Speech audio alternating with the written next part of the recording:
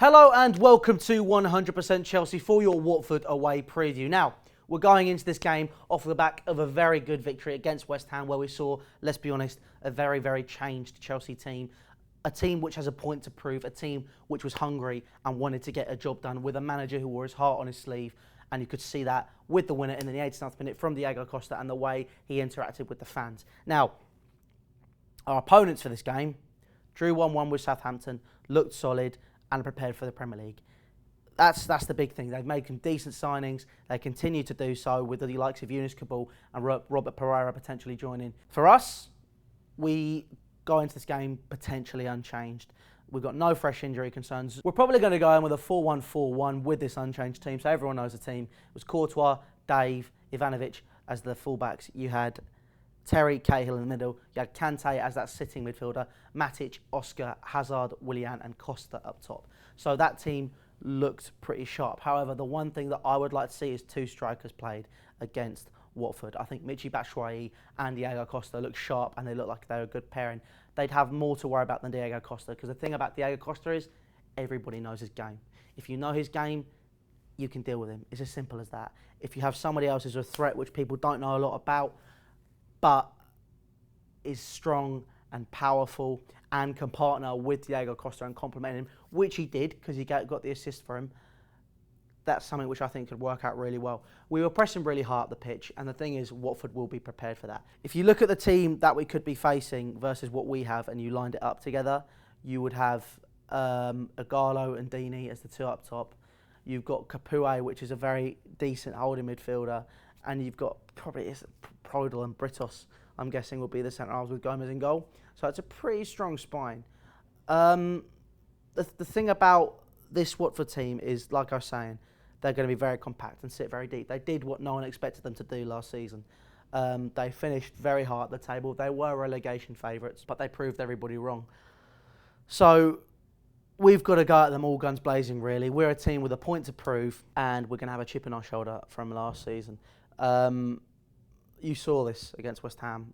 You had a team which was direct, which had a high pressure element to it, which we all liked to see. I thought Diego Costa looked sharp. Hazard looked really, really sharp.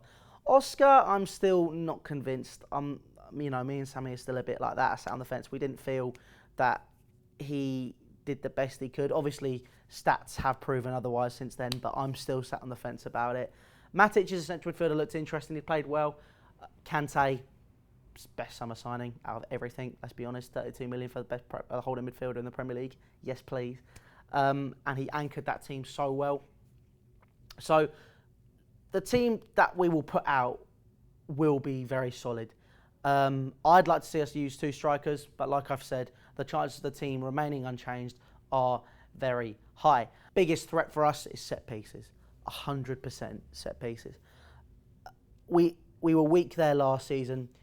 We're weak there now. Against West Ham, we conceded a very sloppy set piece. We need to see a way if we can hone that and stop them from scoring from a set piece, because that is exactly where they've got their goal this season. Deeney nodded it across the box and Capoue just smashed it into the goal. We need to just be prepared for that, and I'm sure Conte has been sorting that out on the training ground. There's still a few kinks from last season. There is still the sideways and backwards and waiting for people to catch up with the play. There is the whole sloppy set pieces. There is the slow moving football sometimes, and that's potentially why he didn't start Fabregas. But we'll have to see. It'd be interesting to see if Fabregas come into the fold. It'd be interesting to see if Batshuayi can come into the fold. I'd like to see both of them play, really. Have a little experiment with it. We're only the second game into the season, so I'll have to see what happens there. But my score prediction for this game is going to be 2-1 Chelsea. I think we're definitely going to concede, but we will win this game. This is a game which we can win, and I feel we can go into it with our heads held high, with a point to prove, because, we have a kink in our shoulder, in our armour. We've got a chip in our shoulder, and it's something that we've got to sort out this season.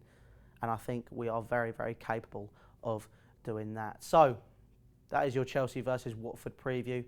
Make sure you like, comment, and subscribe to 100% Chelsea. All social media links are down in the description, and I will see you guys in the very near future. And to all of you who got your A-level results yesterday, well done. I understand it was tough, and it's been a tough process for me as well this year. We've got our results. Well done to all of you, and I will see you guys in the very, very near future. Take care.